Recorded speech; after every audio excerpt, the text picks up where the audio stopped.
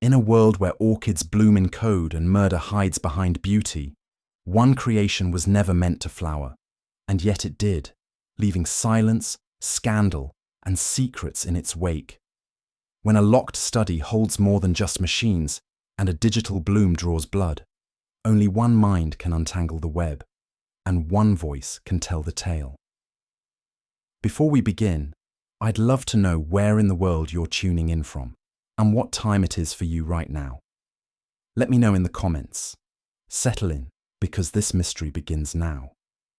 It was a Wednesday, which meant Wolfe had spent precisely 9.5 minutes glaring at the breakfast egg for being slightly overcooked before declaring the morning irretrievable. That's when I should have known something unpleasant was coming. Sure enough, by 11 o'clock, I found myself knee-deep in alphabetical warfare, stuck between Paphiopedilum insigne and Paphiopedilum Lawrence Arnhem, trying to convince Nero Wolfe that he'd filed an entire tray under the wrong genus because someone in 1897 had a flair for unnecessary Latin. Goodwin, he intoned from behind his desk, where he sat imperiously, as if judging a botanical tribunal. If you persist in treating nomenclature like casual bookkeeping, I'll be forced to conclude that you are morally unfit to handle orchids or language. I muttered something about moral fitness and orchids having more syllables than sense, but kept my voice low enough that he could pretend not to hear it. The truth is, Wolfe didn't care so much about order as he did about being right, and since the orchids couldn't argue with him, I had to play surrogate. It was a losing battle, but I made a decent racket along the way. Fritz poked his head in once and raised an eyebrow. He knew better than to offer help when Latin was involved. By noon, I had reorganized 2 drawers, picked 4 fake fights just to pass the time, and seriously considered faking a migraine. Little did I know, the day's real headache was about to walk through the front door. With the orchid labels finally sorted, and Wolfe too smug to gloat aloud, I drifted toward the phone, debating whether Lily Rowan would be charmed or insulted by a lunch proposal that was 60% boredom relief and 40% admiration of her legs.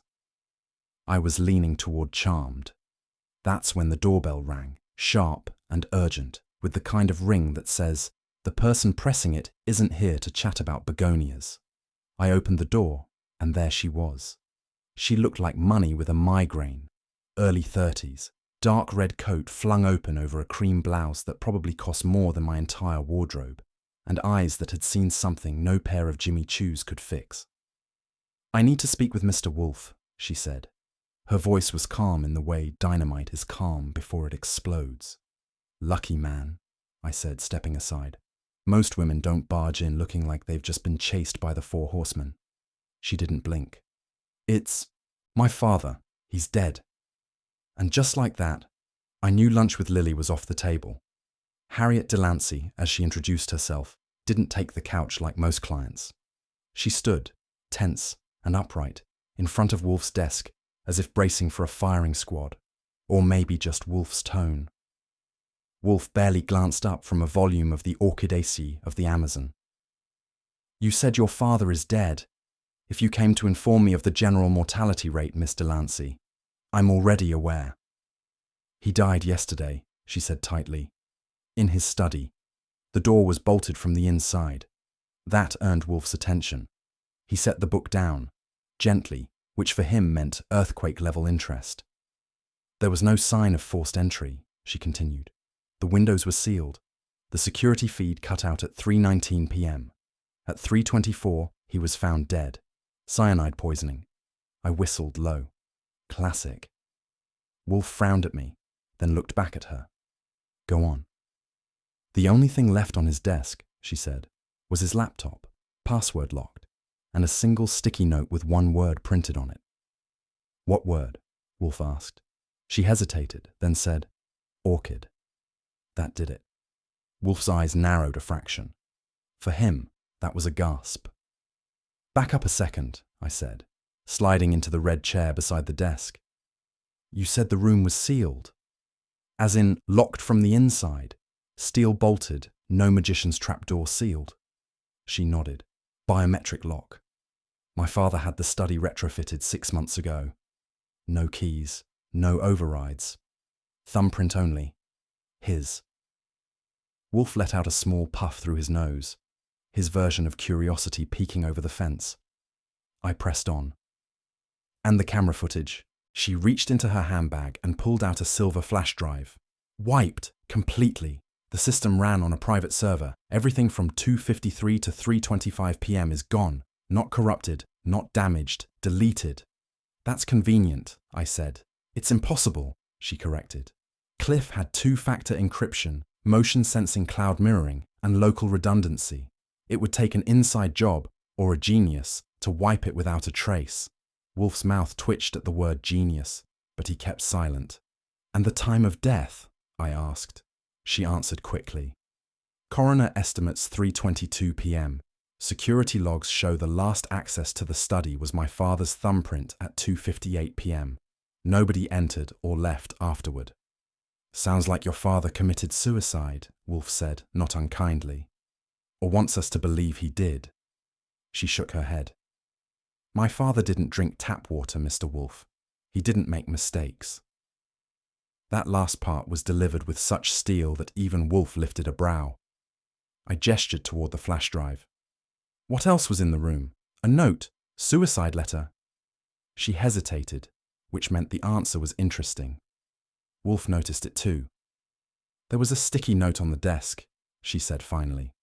Bright yellow, like the kind you'd use to remind yourself to buy milk. It had one word printed in block capitals. I didn't have to ask what the word was, but she said it anyway. Orchid. I turned toward Wolfe, expecting a twitch. I got more than that. He leaned back slowly in his chair, lacing his fingers across his considerable middle. Printed, not written, he asked. She nodded. Inkjet. The paper was clean, no fingerprints, not even my father's. Where was it placed? Just beside his laptop, neat, intentional. Wolfe sniffed. A performance, not a panic. And the laptop, I asked. Password locked, triple encrypted. Nobody's cracked it, not even the police. I whistled. Wolfe said nothing, but I knew that look, like a cat hearing a mouse rearrange furniture 2 rooms away. Wolfe closed his eyes for a moment, then opened them and stared at the ceiling, as if addressing some higher orchid authority. This modern obsession, he said, with machines that whisper, lie, and vanish themselves. It is a parody of intellect, a child dressing up as thought. Harriet looked confused. I wasn't. You'll have to forgive him, I said. Mr. Wolfe's idea of digital security is not lending out his Montenegrin cookbooks. Wolfe ignored me. A man commits a crime. He leaves footprints, a physical stain, a tremor in the routine. But this? He gestured vaguely toward Harriet's flash drive. This is cowardice disguised as cleverness. Hacking is theft without muscle, subterfuge without courage. It has no odor, no weight, no flavor. Fritz, who had just entered with tea, paused at that last word and raised an eyebrow. I gave him a slight headshake. This wasn't the moment. Harriet bristled. My father was brilliant. He built a digital architecture that protects nuclear data, financial empires, human rights networks. He also died locked inside a room that no one could enter, Wolfe interrupted, and left a flower's name as his final testament. Don't waste breath defending the theatre before we've seen the plot. Which was Wolfe's way of saying he wasn't buying the tickets, yet. Harriet's jaw clenched. I didn't come here for a lecture. I came because someone murdered my father, and because he left behind a word I thought might mean something to you. Wolfe studied her. What do you know about orchids, Miss Delancey? Only that he had hundreds, and that he once told me no one could name more species from memory than you. That was a compliment Wolfe would have happily carved on his tombstone. He regarded her in silence. Then, slowly, he pushed himself back from the desk. His tone, when he spoke, was softer, almost contemplative. Very well. Mr. Goodwin will retrieve the preliminary reports from your investigators, along with access credentials. I will not accept digital puzzles without proper context. Does that mean you'll take the case? He paused. It means I have questions and an inconvenient curiosity. As I rose to escort Harriet out, Fritz appeared in the doorway holding a tray of lemon tarts. Wolfe eyed them. Bring them to the plant room, he said, which meant one thing. The orchids were now officially involved. After Harriet left the sticky note bomb on our parquet floor, she waited, eyes on Wolfe, like she was trying to divine whether he'd read her future or just dismiss it. Wolfe, being Wolfe, chose the latter. He let out a low grunt, leaned back in his chair, and reached for his untouched tea. Miss Delancey, he began, I do not own a computer.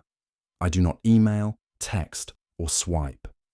I have never met a cloud that wasn't atmospheric, and I hold no respect for crimes committed without sweat.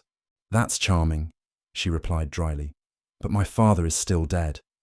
Indeed, and a great many people die in beds, bathrooms, and boardrooms every day, without involving electronics or flora. I knew that tone. He wasn't stonewalling. He was baiting. She didn't flinch. The encryption, the drone-level security, none of it adds up. I came to you because you see things others don't, even if they're digital. Bah, he snapped. Digital, a term that absolves thought. It is not detection. It is arithmetic disguised as art. Electrons and adolescent subcultures. That last bit was delivered with such venom, I wondered if he'd been bitten by a particularly arrogant USB stick in a former life. Still, one eyebrow, the left, had risen a half-inch, which, in wolf speak, meant, continue if you dare. I decided it was time to stop being decorative. Look, I said, you've got a sealed study, top-tier biometric lock. You've got a guy who made a living out of knowing too much, who ends up dead from cyanide, which nobody just keeps in their sock drawer. Wolfe grunted but didn't interrupt. Security feed gets wiped cleaner than your lunch plate after Fritz serves veal blanquette. There's a triple encrypted laptop nobody can get into, and the only physical clue in the entire setup is a sticky note with the word orchid on it. That word, Wolfe said, without looking at me, is no longer innocuous. Exactly. I leaned forward. You've got a locked room mystery, a perfect digital vanishing act, a corpse with nothing to say but one word that just happens to be your favorite obsession. I do not obsess, he snapped. Fine, lifelong devotion. Happy. He reached for his beer, took a long sip, and closed his eyes. That was Wolfe's version of a reset button. When he opened them again, he looked at Harriet with what, in his world, passed for interest. Miss Delancey, if the details of this case are accurate, and I remain skeptical, they suggest orchestration, not improvisation. Someone performed this, and performances require an audience. I smirked. So, are we buying tickets or not? Wolfe didn't answer, but he didn't tell me to throw her out either. Harriet reached into her handbag, pulled out a sleek black envelope, and slid a check across the desk like she was dealing poker with $1,000,000 chips. 50,000, she said. As a retainer. There's more if needed. Wolfe didn't touch it. He stared at the check as if it were a poorly cooked omelette. I don't negotiate fees, he said, and I don't take commissions on sentimental grounds. This isn't sentimental, she said tightly. It's strategic. My father didn't trust many people, but he surrounded himself with brilliance, specifically 4 of them. 4? I asked. She nodded. His protégés. You'd probably call them hackers, but that's too crude. These are engineers of the invisible, coders, cryptographers. One of them built the original shell for his algorithm. One designed the back doors. Another specialized in digital mimicry, imitation file structures. The last was building AI predictive models for his next prototype. Wolfe leaned forward slightly. I could practically hear the gears shift. And your theory? He asked. Cliff was going to cut someone out, she said.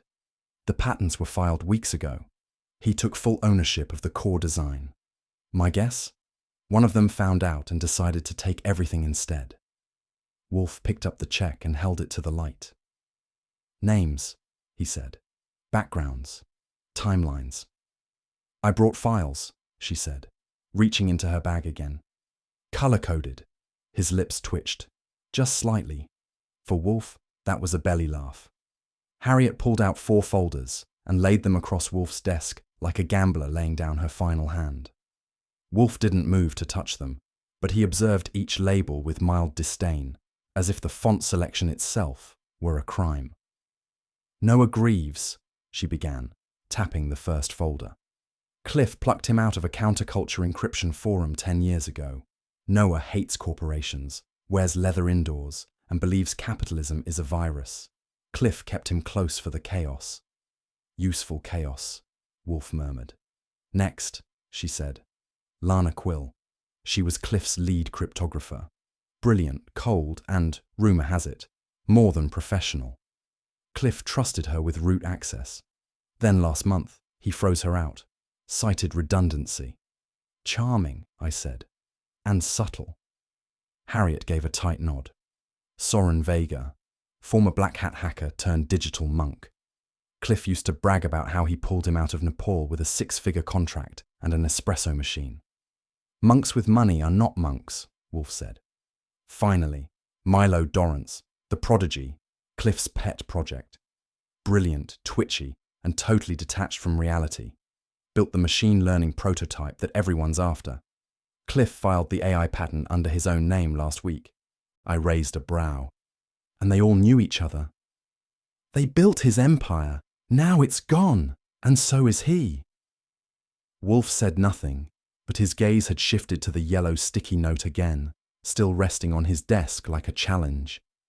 Fritz arrived with the dinner tray as if summoned by clairvoyance, balancing a covered silver dish with his usual Swiss precision. I got a whiff of sauerbraten and red cabbage, and my mood lifted, temporarily. Wolfe rose, grudgingly, and moved to the dining room with a heavy sigh, muttering something about interruptions and undercooked philosophy.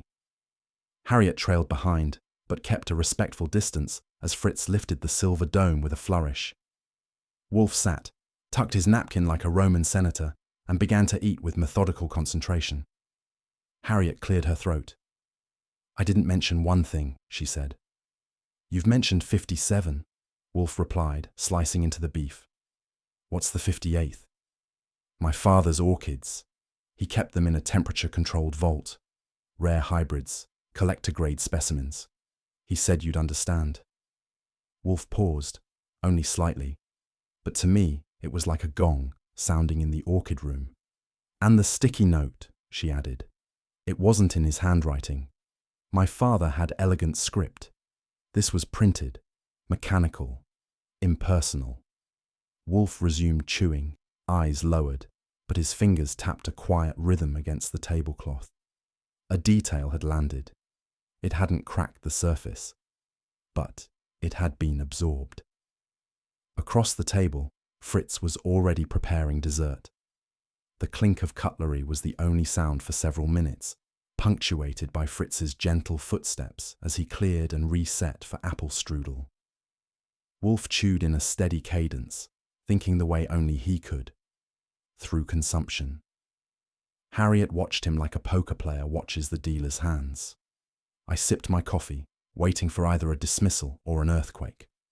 Finally, Wolfe reached for his napkin, dabbed his mouth, and spoke. Very well. Mr. Goodwin, arrange a meeting. That was it. No thunder, no fanfare, just 6 words, and the fate of 4 very nervous geniuses sealed like Cliff Delancey's study door. I grinned. Which ones? All 4. Even the monk? Especially the monk. Harriet exhaled, the tightness in her shoulders loosening like a storm breaking. Wolfe stood, straightened his jacket, and headed for the plant room. Fritz, he called. Double the misting in Zone 3. A sure sign. The orchids were about to help solve a murder. By the time Wolfe vanished into his greenhouse sanctuary, I had already flipped open my notebook and begun making calls. Noah Greaves answered with a growl, asked if this was some kind of Fed trap, and said he'd show only if we didn't scan his bones. Lana Quill returned my message with an encrypted email that included an exact time she'd arrive, and a demand for tea, not coffee. Soren Vega was harder. I reached him at a retreat in upstate New York. He didn't sound surprised, just tired. "If he's dead," he said, "then the algorithm lives. That's the problem." Milo Dorrance didn't answer, but 10 minutes later, I got a text with a blinking emoji and the words, "Already on my way." I closed my notebook and lit a cigar. 4 suspects. 1 sticky note. A murder locked tight in a room only one man could enter. And Wolfe. Wolfe was humming in the orchid room, which meant someone was about to have a very bad day. The place looked less like a house and more like the headquarters of a villain who hadn't decided whether to conquer the world or sue it. Cliff Delancey's mansion on Grayson Hill was 3 stories of sharp edges and smarter glass, nestled behind gates that could have shrugged off a tank. If you wanted warmth, you brought your own. I rang the bell. A red dot danced across my chest, probably a biometric scanner, sizing up my lung capacity. After a pause, the door slid open with a hiss that sounded more hostile than welcoming. The man standing in the entryway didn't help. "Goodwin," growled Inspector Kramer. "I should have known they'd send you." "Nice to see you too," I said, stepping in. "You keeping the place warm for me?" He grunted. "Wolfe's not coming. You think I'd be here if he was?" We walked into a foyer lined with minimalist art and tension. The air smelled like filtered money. A silent butler in a suit that probably cost more than my car led us toward the study without being asked. Kramer grumbled the whole way. "Guy dies in a room nobody can enter. No signs of trauma except a dead body and a desk lamp blinking Morse code. And now I've got the Orchid Brigade on my crime scene." "Careful," I said. "You say orchid 3 times around Wolfe and he shows up." He snorted. "You show up, he's already halfway here." The study door stood at the end of a corridor, lined with framed tech patents and security monitors, looping the same frozen screen.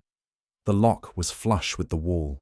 No knobs, no levers, just a discreet fingerprint panel.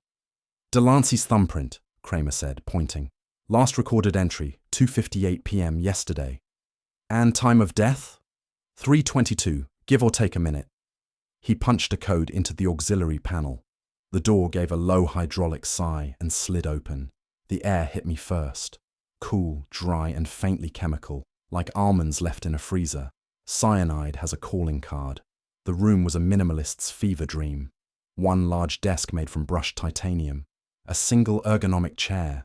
Walls of server racks humming low, and across the back, a full orchid wall. Living specimens under precise grow lights. They looked fresher than half the people I knew. On the desk, a closed silver laptop. Nothing else. I looked at Kramer. No forced entry. None. No windows. No vents big enough for a rat. Sealed tighter than Wolfe's diet plan. Security footage. He spat the words like they were poisoned. Erased. Someone knew what they were doing. I moved toward the orchid wall, half expecting it to whisper secrets. But what caught my eye was something even more out of place than the dead genius. A terrarium, sealed, and something bright yellow stuck to its base. I walked closer. Bingo. It wasn't just any sticky note. It was placed with the kind of precision that would have made Fritz proud. Dead center at the base of a cylindrical terrarium, housing half a dozen rare miniature orchids. I crouched, careful not to fog the glass, and squinted. Orchid, all caps, inkjet print, no flare, no flourish, no signature. Kramer hovered behind me, casting a shadow long enough to block out daylight. "That it?" I nodded. "That's our note, not on the desk, not in a drawer, stuck to a garden globe." "What the hell does that mean?" "You ever met Wolfe?" I muttered. He grunted. The terrarium itself was pristine, sealed shut with a magnetic lock. I wasn't about to mess with it. The plants inside were arranged like a living equation. Spirals, symmetry, delicate balance. You didn't grow that kind of thing by accident. "What kind of nut leaves a murder clue in a flower tank?" Kramer snapped. "The expensive kind," I said. Behind me, A screen blinked briefly, then went dark. Just a pulse, like something breathing or watching. I stood up, brushing imaginary lint off my jacket. Let's look behind something that doesn't bloom. I'd learned something from Wolfe over the years, aside from how to pronounce Latin names I didn't care about. One lesson stuck. A man who controls beauty often hides his secrets nearby. So while Kramer stomped around the room like he was hunting cockroaches, I scanned the walls for sentiment. Delancey didn't seem like the family photo on the desk type, but there was one frame propped beside the orchid wall, a close-up of an unusually veined bloom, lavender with black edges, labelled in tiny print, Paphiopedilum delanciana, custom named. That was ego with petals. I gently lifted the frame. It came off easier than expected. Behind it, in a recessed alcove just wide enough for mischief, sat a slim black USB drive. "Kramer," I called. "You losing things again?" He stalked over, saw what I was holding, and cursed under his breath. That better not be another flower file. Only one way to find out. I didn't plug it in. Wolfe would have tanned me for touching anything digital before he'd had a chance to glare at it himself. But I pocketed it, noted the dust ring around it, and turned back toward the desk. This wasn't just a murder, I said. This was a message, in code, and in orchids. Kramer scowled. "If your boss starts spouting poetry, I'm walking." "Fair," I said. "But don't leave yet. I haven't even checked the trash can." Kramer scowled at the USB stick like it had insulted his badge. "You and your fat boss," he growled. "Think you're the only ones who can find a clue. I've got 2 forensics teams, a cybercrimes unit, and $500,000 in taxpayer equipment combing through this place, and you're poking behind picture frames like it's a damn scavenger hunt." I smiled. "Well, if the hunt fits." His finger jabbed toward me. "You tell Wolfe this better not end up in one of his grand monologues. If I see my name in his report, again, I'll personally come over and rearrange his orchids." "I'll put it on a sticky note," I said. "He responds well to those." Kramer turned on his heel and stomped off, barking orders at a tech who was trying to scan the fingerprint lock without smudging his gloves. I slipped the USB deeper into my coat pocket and made a mental note.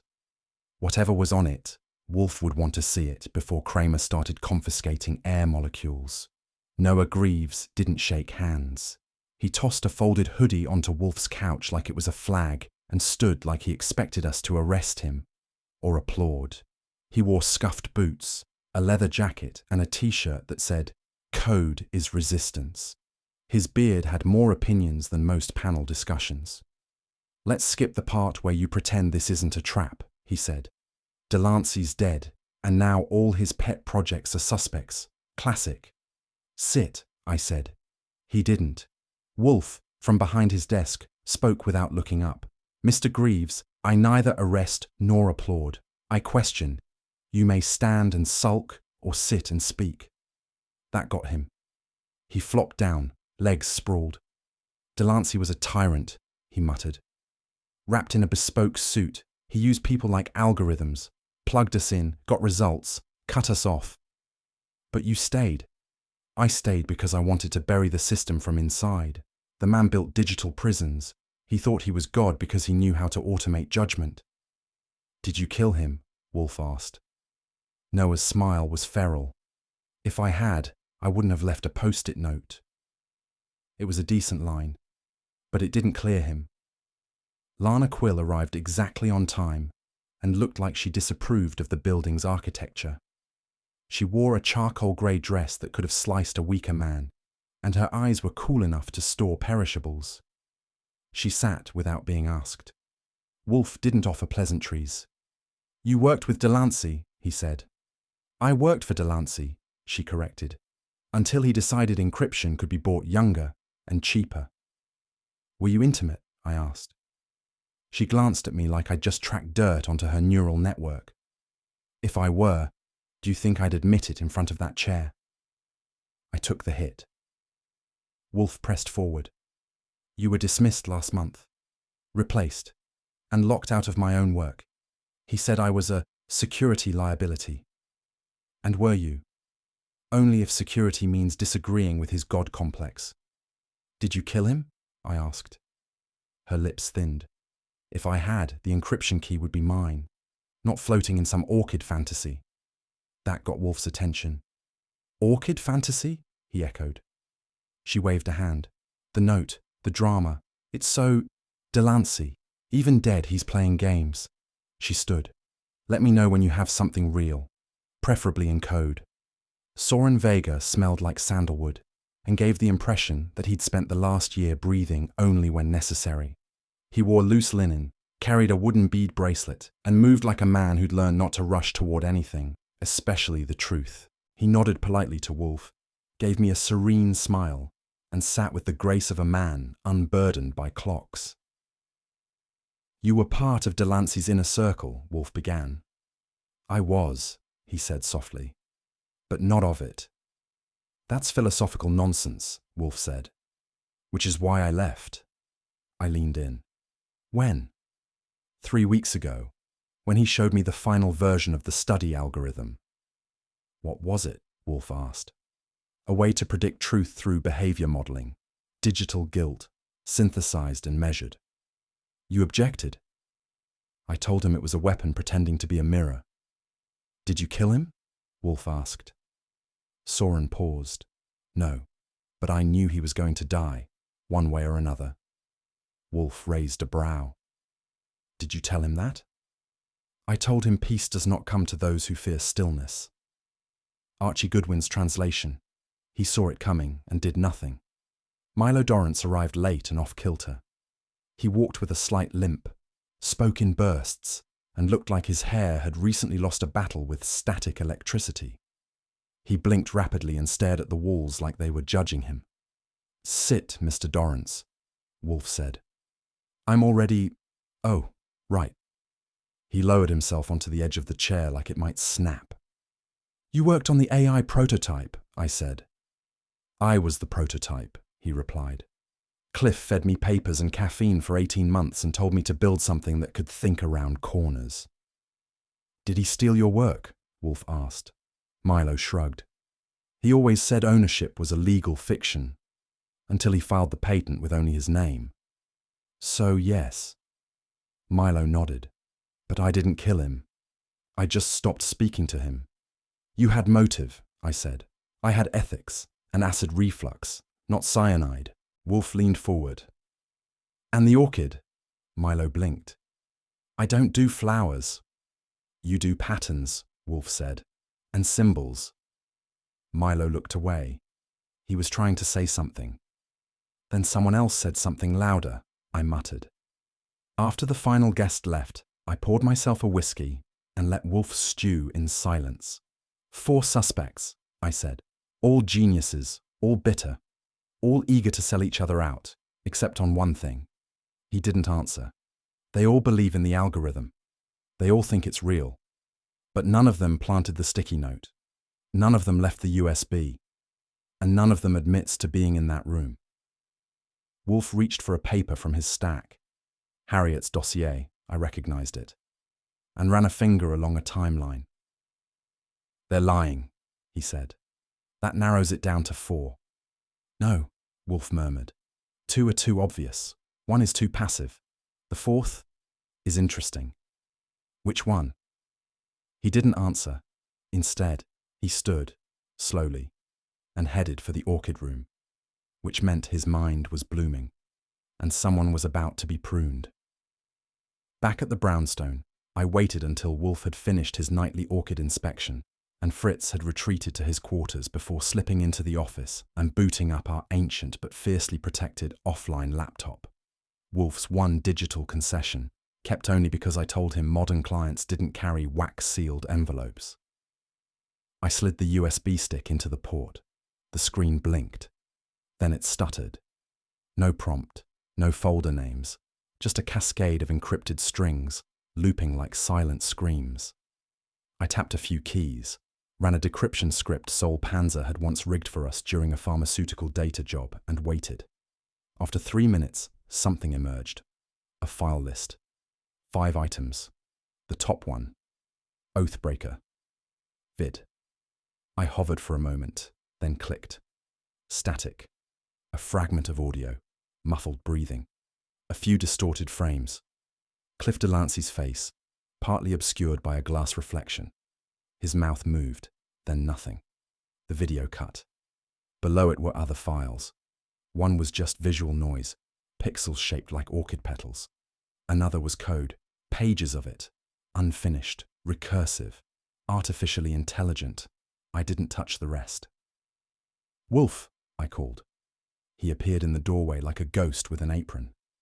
"There's something you need to see," I said. He stepped in, looked at the screen, and blinked once. "You accessed it?" "I decrypted a preview, that's all." He grunted. "So our victim left us breadcrumbs, and apparently a ghost." Wolfe sat stiffly, as if the chair might accuse him of treason for being near anything silicon-based. I walked him through what I could.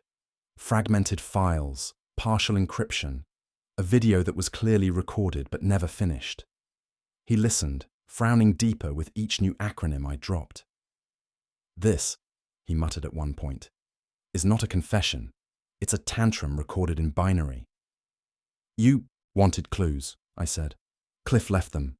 He just didn't leave the decoder ring." Wolfe leaned forward and tapped the file name. "Oathbreaker. That's not arbitrary. Sounds like betrayal. Or warning." He stared at the still image of Delancey's ghostly half-face, trapped mid-sentence. "He knew he was in danger," Wolfe said. "Or he knew he'd be silenced." Wolfe stood. "Have the others return. All of them. You want a group séance? I want proximity, reactions. Truth is not told, it is revealed in discomfort." He turned to leave, then paused. "This language, this world, it repulses me. But even digital devils follow patterns." "And the structure?" I asked. He gave me a rare nod. "The structure is elegant." By late afternoon, the suspects were seated in Wolfe's office again, like chess pieces that had grown more defensive with every move. Noah lounged in the corner, arms crossed like he was expecting a raid. Lana sat perfectly still, eyes half-lidded and unreadable. Soren appeared freshly meditated. Milo twitched in his seat, tapping out some invisible tempo with one foot. Fritz, ever the neutral party, entered with a tray of drinks. No coffee this time, just herbal tea in delicate porcelain cups. Wolfe's idea of bait was always subtle. "Jasmine," Fritz announced, setting the cups down with precision. "I don't do flowers," Milo said, but took the cup anyway. Wolfe wasted no time. "You are all here because a man is dead, and his final message was obscured by noise, code, symbolism, and a word you all pretend not to understand." Soren folded his hands. "The word means something to you." "It always has," Wolfe replied. 10 minutes in, Milo took a sip of his tea, started to speak, then stopped. He gasped, his hands shook. The cup dropped, shattered. His face twisted, pale and damp with sweat. "Milo!" I stood fast. He clutched his throat and collapsed, hitting the carpet with a limp thud. Lana stood. Soren didn't move. Noah muttered a curse. Fritz burst back in with a towel. Wolfe didn't blink. "Poisoned," I said. "No," Wolfe said. "Not a murder, a warning." 20 minutes later, Kramer stormed into the brownstone like a man whose shoes were too tight and whose morning coffee had been replaced with gravel. "What in hell's name did you do?" he barked. Wolfe looked up from his chair with the serenity of a monk seated on a fire escape. "Milo Dorrance," I said, "collapsed during a civil conversation. Paramedics say he'll live." "Don't get cute, Goodwin. The call said possible poisoning in a Park Avenue parlor. That's not civil, that's insane." He was drinking jasmine tea. Kramer turned to Wolfe. "Let me guess. Fritz brewed the murder weapon." "It was not poison," Wolfe said. "It was panic." Kramer snorted. "What's he panicking about?" I opened the laptop and pointed at the decrypted file. Wolfe answered.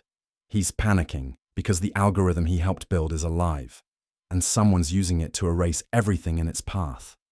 Kramer's face scrunched. That's not a sentence I ever want to hear again. Then arrest the heir, Wolfe said. It's more responsible for this than any one person. I added, oh, and we think the message was delivered via drone. Kramer exploded. You people, drones? Algorithms? Flowers that commit murder? Wolfe smiled. Yes, isn't it fascinating? Fred Durkin came back from his little field trip, looking like he'd aged 5 years, most of it around the eyes. He handed me a printed receipt and a grim expression. Tea delivery, he said. Confirmed. Drone drop from a service called Skyleaf Courier. Made the drop on the roof at 1:52 p.m. Fritz picked it up at 2:03, thought it was from the organic vendor. And the order? I asked. Anonymous, paid in crypto, scheduled with a spoofed IP address bouncing through 6 countries, 2 of which I can't pronounce. Wolfe peered over the receipt. Precise timing, predictable behavior, calculated delivery. So someone sent poisoned tea? Fred asked. No, Wolfe said. The tea was clean. Then what? Wolfe rose, slowly. The panic was programmed. A behavioral response triggered by the environment, the setting, and the symbol. Milo wasn't poisoned. He was activated. I blinked. By what? Orchids? No, Wolfe murmured. By guilt. Wolfe didn't wait for Kramer to finish venting. The moment Fred confirmed the drone drop, Wolfe exhaled sharply through his nose, stood up with imperial disgust and declared, I am no longer interested in this mechanical theatre of absurdity. With that, he turned on his heel and stomped toward the plant room like a general retreating to his war tent after being insulted by a toaster. Guilt by automation, he muttered over his shoulder. Next, they'll claim the begonias committed perjury. I let him go.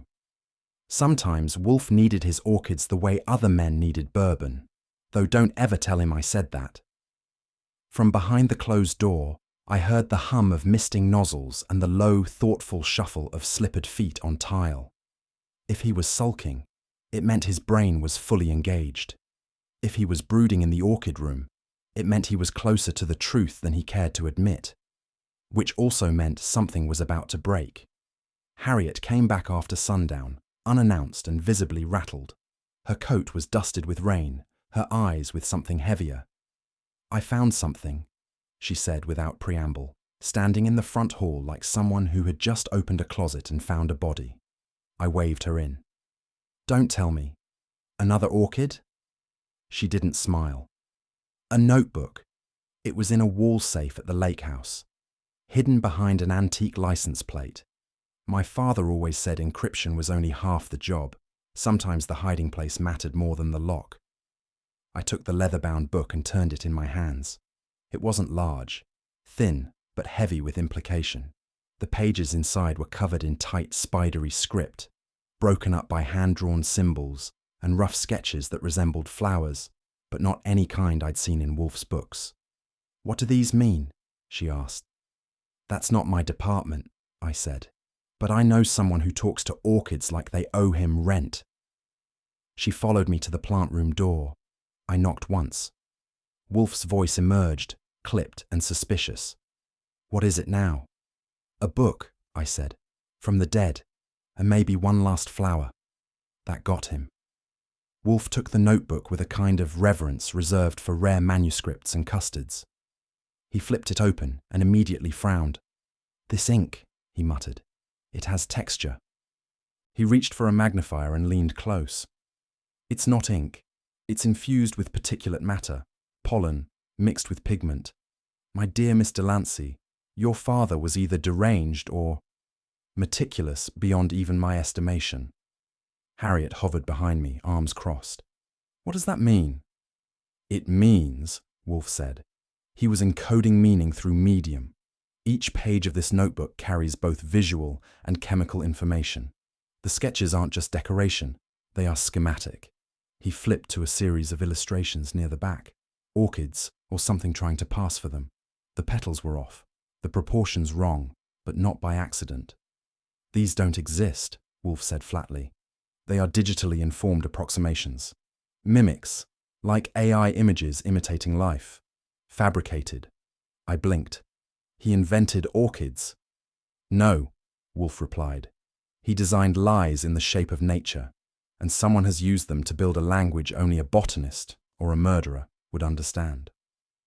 Wolfe closed the notebook gently, as if it might wilt from misuse. This is not merely a record, he said. It is a lexicon. Each illustration, each coded plant, is part of a vocabulary, a new symbolic syntax. A language? I asked. Yes, one designed to interface with digital architecture while masquerading as natural form. The orchid is not a flower, it is a key. Harriet leaned forward. To what? Wolfe's eyes glittered. To the algorithm, to the vault cliff built around it. These fabrications, visual codes, are test gates. Whoever planted that note understood the language. Whoever accessed the drive knew the flower to draw. And the killer? Wolfe stood. The killer speaks this dialect of deception. They're not just interpreting the algorithm, they're rewriting it. He looked at me with something rare, urgency. Archie, we must return to the beginning. The clue wasn't just left behind, it was issued as a challenge. And that meant the game wasn't over. It had just begun. If Nero Wolfe was the mind, I was the poor set of legs keeping the brain supplied with fresh trouble. That Thursday, I earned my walking shoes. First stop, the hospital.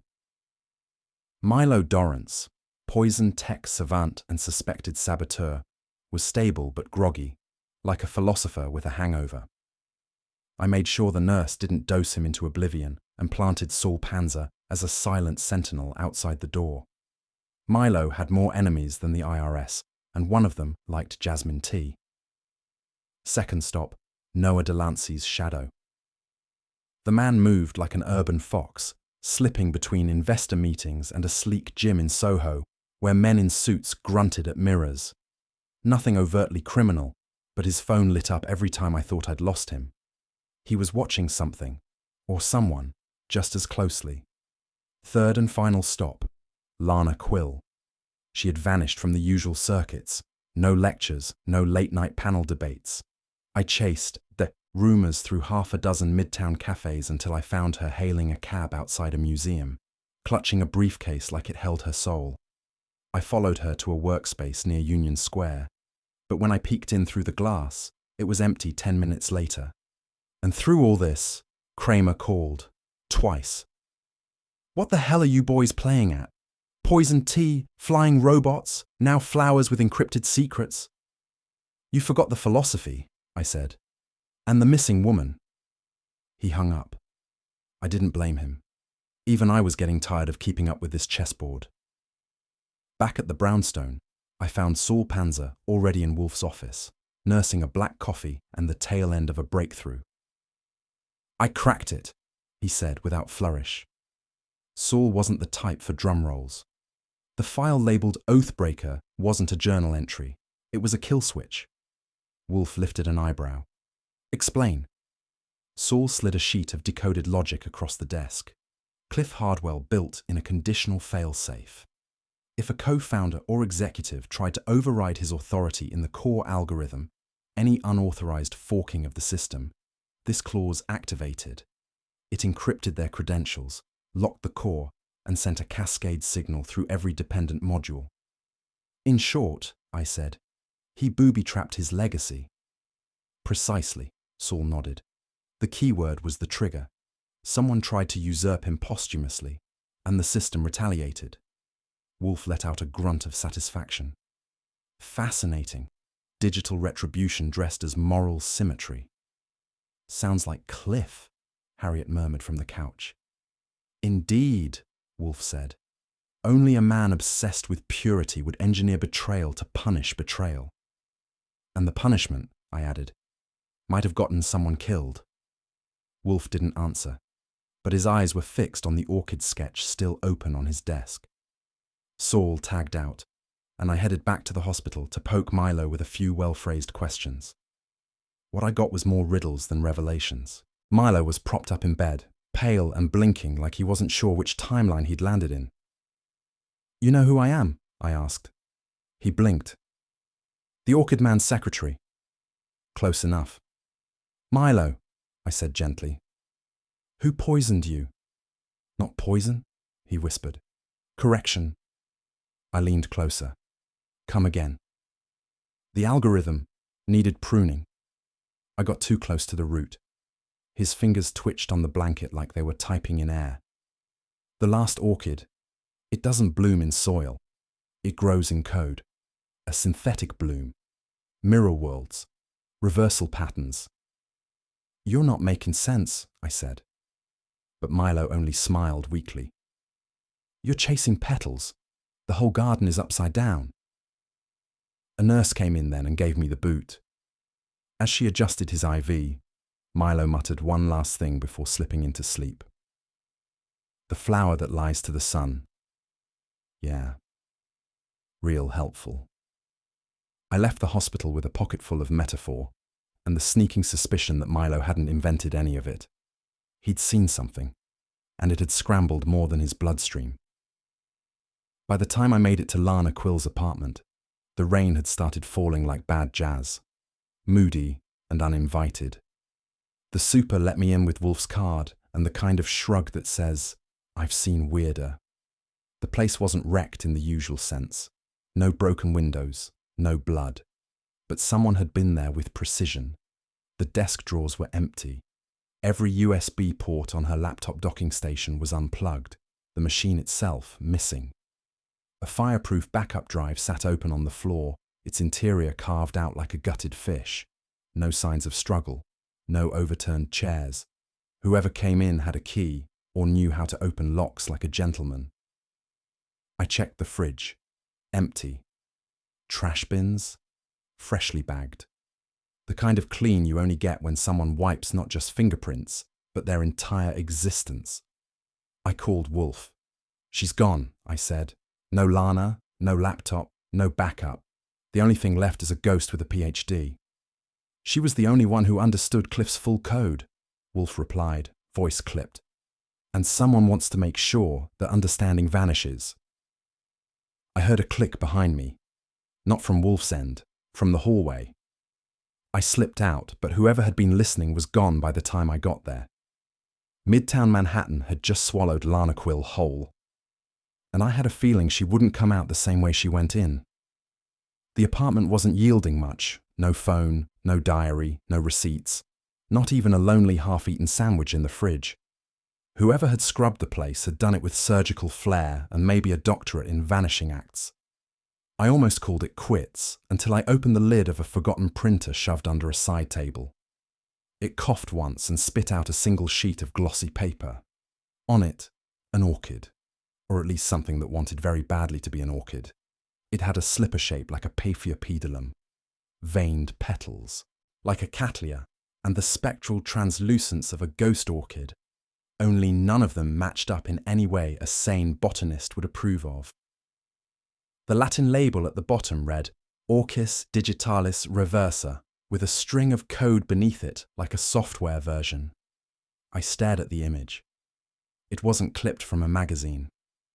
The thing had the texture of design, not photography. It looked invented. I brought it back to Wolfe. He took one glance, and the temperature in the room dropped 10 degrees. This, he said coldly, is no orchid.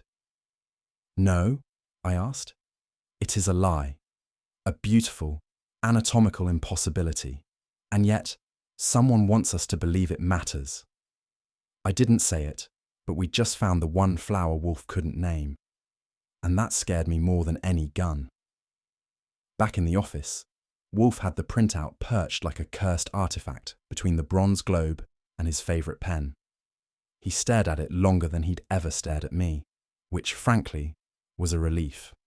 This is not a photograph, he declared, nor an artist's rendering. It is a construct. I raised an eyebrow. Computer-generated? Yes, likely derived from image-trained algorithms, fed countless orchid species. A chimera. No true orchid could exhibit polaric symmetry on such a calyx while retaining a bifurcated labellum.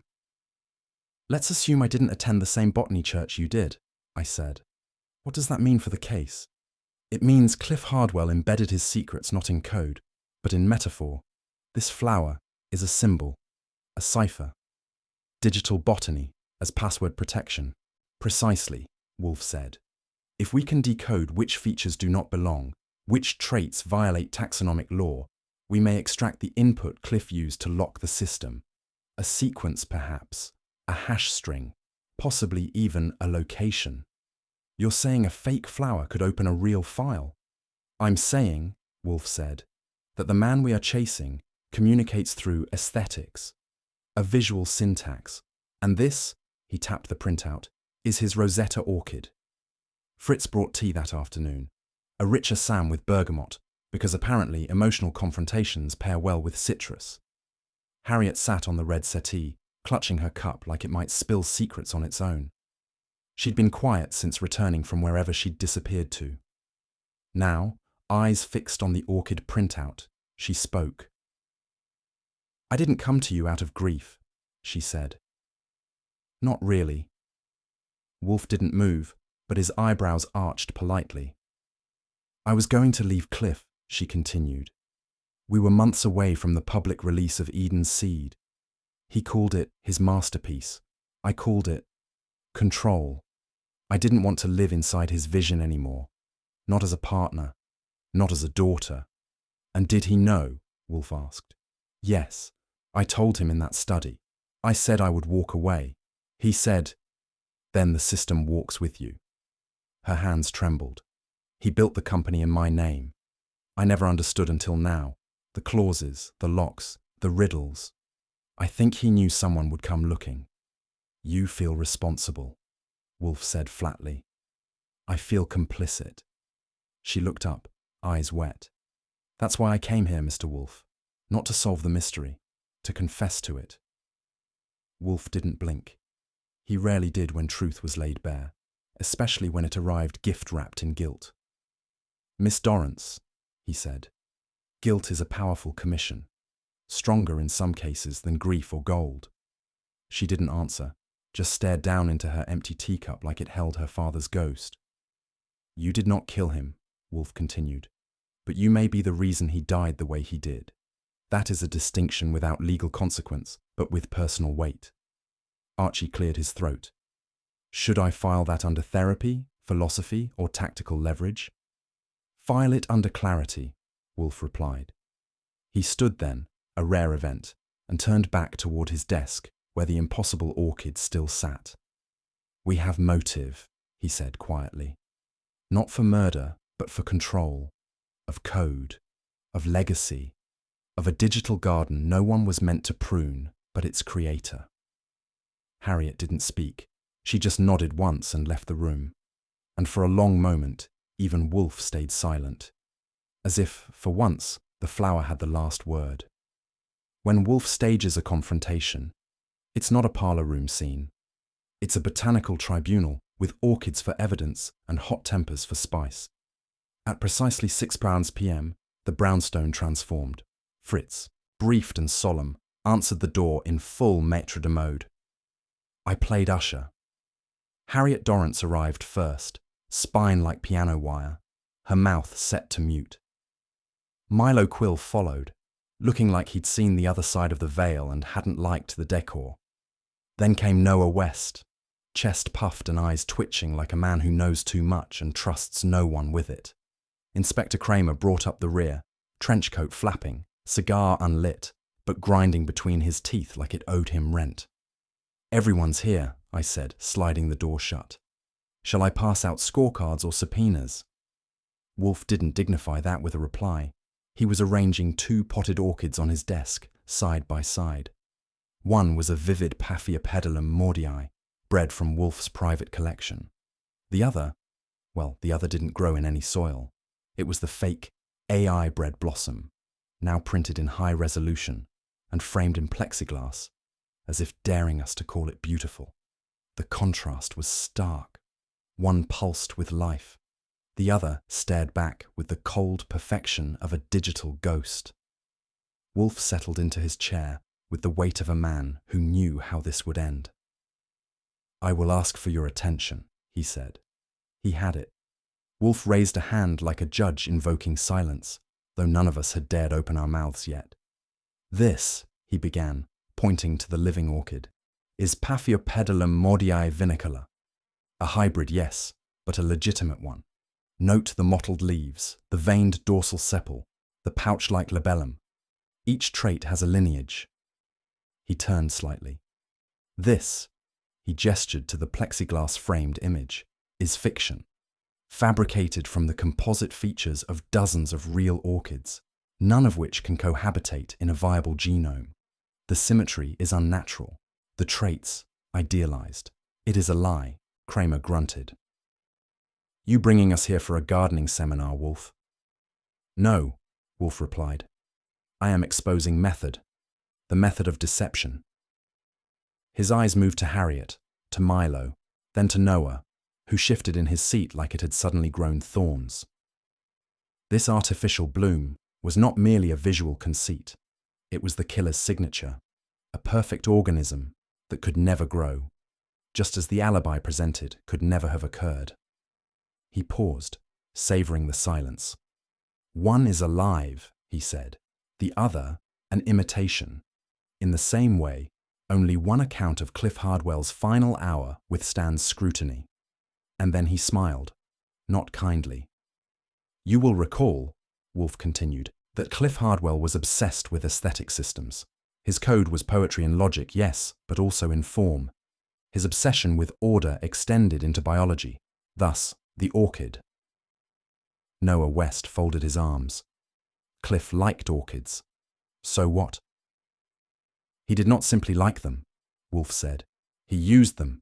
This, he tapped the framed digital bloom, is the key to his encrypted files. Harriet blinked. A flower. Not a flower, Wolfe said. A cipher. He leaned forward, fingers steepled. Cliff embedded his failsafe in the symmetry. Each deviation from natural taxonomy, an impossible petal, a mirrored stamen, a color blend that does not exist, mapped to a line of hexadecimal code. Saul Panzer, to his credit, extracted the sequence.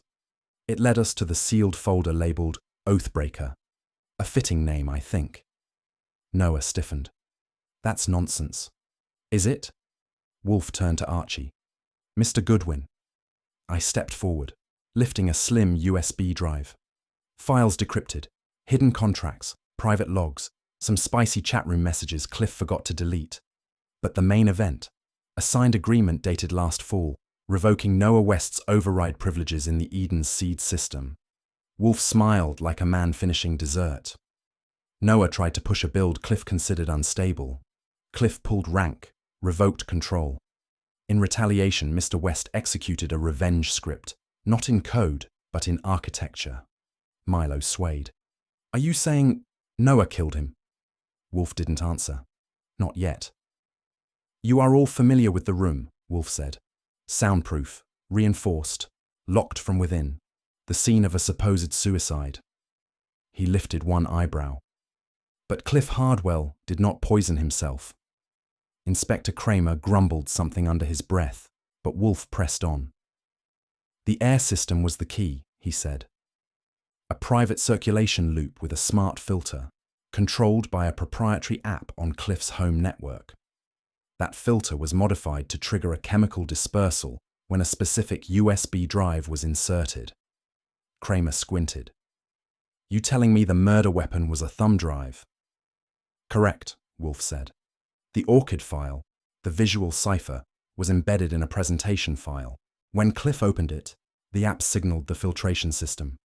A time delay neurotoxin was released. Clean, odorless, fast. Milo shivered. He opened the door. I saw him. Alive. For precisely 30 seconds, Wolfe replied. Long enough to wave, to mislead. Then the neurotoxin took effect. Harriet spoke softly. Why use such a method? Because Noah West is a coder, Wolfe said. He doesn't carry knives, he builds systems. The murder had to be elegant, untraceable, and poetic. A digital betrayal executed by an artificial flower. I looked at Noah. He'd stopped fuming. Now he just looked cold. You can't prove I was there, he said. No, Wolfe said, but you proved it yourself. By deleting Lana Quill's backups, by ransacking her apartment for a file you believed we hadn't decrypted. Kramer cracked his knuckles. That's enough for me. And for the first time all day, Noah didn't argue. The room didn't breathe. Noah sat stiff and quiet, the swagger drained. Harriet remained locked in some private agony. Kramer looked like he'd aged 5 years, which, given the nature of the case, was generous. Wolfe, though, was not finished. Of course not. He turned his gaze to the final orchid on the desk, the printed one, gleaming and bloodless. Then to Milo Quill. The construction of this image, Wolfe said, demands more than digital dexterity. It requires a knowledge of orchid taxonomy, of symmetry, of the subtle tensions that distinguish nature from mimicry. Cliff Hardwell admired orchids. He did not understand them. But you, Mr. Quill, Milo blinked. Me. Yes, you, Wolfe said, his voice rich with finality. A designer trained in generative adversarial networks, with a side study in botanical simulation. You once lectured at Columbia on synthetic floral patterning, a minor credential, but relevant, and you were Cliff's apprentice, his shadow. Milo's hands trembled. But the files… No, Noah. Noah West was reckless, Wolfe cut in. Petty, but he lacked elegance. Only one man in this room had the skill to weave an orchid into a cipher, and a cipher into a murder. Kramer's eyes narrowed. Are you saying this kid built the trap? I am saying, Wolfe replied, that he designed the flower that unlocked the door, and the mechanism that made sure it closed behind Cliff forever. Milo swallowed once, then said nothing. That silence was louder than a scream. Milo didn't break in the way you expect killers to. He didn't leap across the room. He didn't sob or rant or beg for some tragic backstory. He simply stared at the plexiglass orchid, as if it were a mirror. Cliff took everything, he said, voice so low I had to lean in. Wolfe didn't move. He said we'd build it together, Milo went on. Eden's seed, the perfect system, ethics built in, no surveillance, no data grabs. He said the orchid would be our signature. You created the orchid, Wolfe said. I made it grow, Milo replied, not quite proud, not quite ashamed. I coded the DNA maps, designed it to look almost real, just off enough to tell me what file was safe, what wasn't. Kramer leaned forward. You telling me you killed him over some software fight? Milo shook his head, a tiny gesture. I told him I needed time, that the build wasn't ready. He stole my work and launched it anyway. And Lana? Wolfe asked. I didn't mean for her to get in the middle. But she did, Wolfe said. Milo looked down at his hands. I didn't kill him out of hate, he murmured. I killed him so he wouldn't kill what we built. And that, folks, is what genius sounds like when it shatters. Neat, precise, and devastating. Kramer was still trying to swallow that one when Wolfe, with the patience of a man rearranging chess pieces, continued the autopsy. Miss Quill, Wolfe said, stumbled onto your encryption pattern. Milo flinched. She mentioned the orchid resemblance in a chat with Saul. That was the crack in your plan. She was methodical, thorough. She would have unlocked the cipher eventually. She wasn't supposed to, Milo muttered. She was just supposed to catalogue. But she noticed, Wolfe said, and she told someone. Soren, Archie added. Wolfe gave a slight nod. Mr. Soren Havel received a message from her. She was scared. She knew what the files meant, but she didn't know who had planted them. So he ran, I said. Smart man.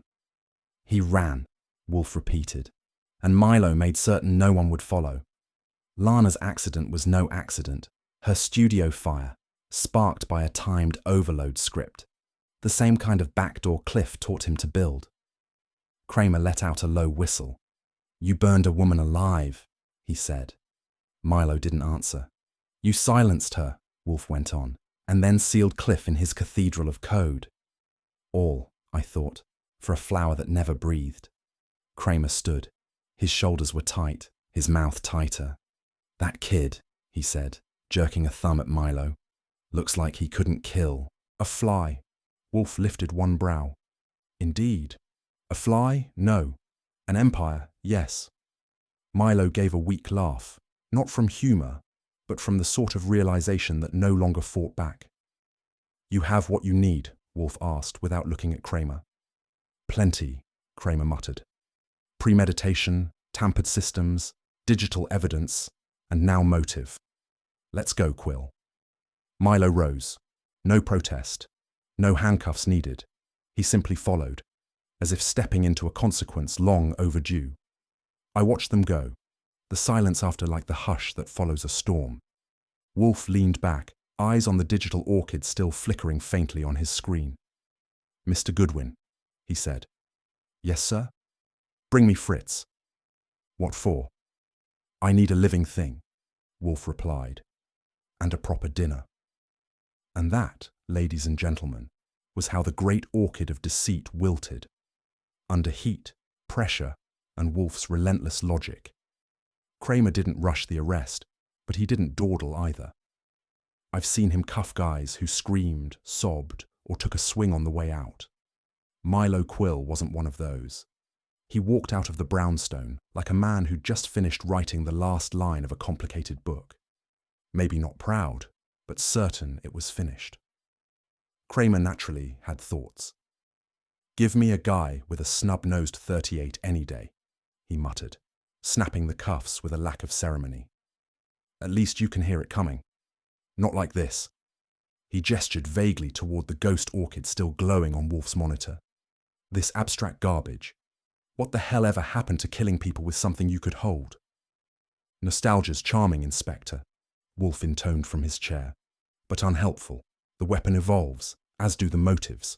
Kramer gave him a long, dry look. You know what's wrong with this generation. Too much code. Not enough conscience. They're not mutually exclusive, Wolfe said. Merely inconvenient to align. Milo didn't speak. He didn't need to. The damage had already introduced itself. As the front door closed behind them, the brownstone returned to stillness.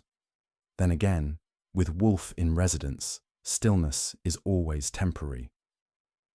She stayed behind after the door shut, perched on the edge of the red chair, like a woman not quite sure whether she was still in the same story. Harriet Quill had started this whole thing with a flicker of worry and a neat set of heels. Now she looked like grief had caught up to her somewhere around the knees and wasn't letting go. I suppose I should say thank you, she murmured. You needn't, Wolfe said, not unkindly. You paid for my time. I paid, she echoed, then glanced toward the digital orchid still frozen on the screen. So did Milo, so did Cliff, and Lana. God, Lana. She paused, her fingers twisted in her lap. I didn't know, she said. Not really. You knew enough, Wolfe said, but you were not his keeper. She gave a tight smile. No, I just inherited what's left of his empire. Her voice cracked on that last word, like she knew it wasn't a kingdom anymore. Just a few patents, a list of debts, and a name that now belonged to headlines. Without looking up, she stood. And when she left, she didn't close the door.